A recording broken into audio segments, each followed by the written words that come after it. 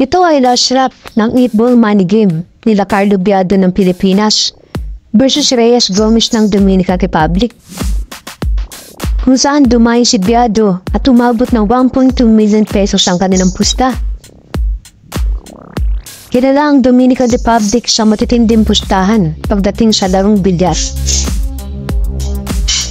Alam naman natin na mahirap ang larong 8 balls sa bilyar. Mapapansin nyo, bagsak-bagsak lang ang mga tira nila, no?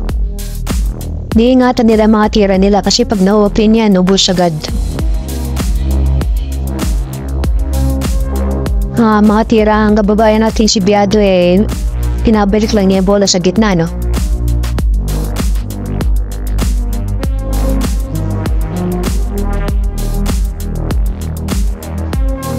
Alam naman natin na hindi pala lamang ang Pinay dito pagdating sa larong bilyar. Tayo yata ang kinikilalang malupit pagdating sa larong bilyar.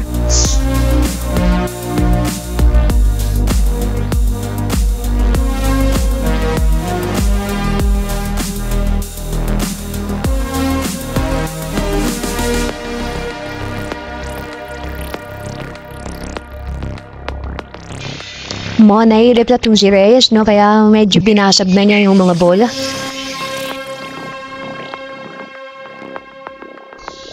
Napansin nyo guys, dumampot siya ng isang bola, no? Si Reyes, no? Kakaalam ko dito dampot dalawa siya. Tapos pwede niya pang damputin ng isang bola ni Biado.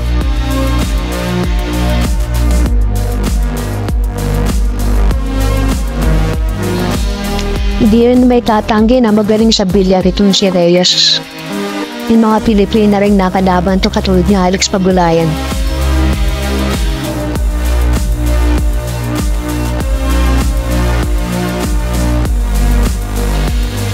Mukhang isa-isa nang inuubos ni Reyes ang bola, mga kaibigan.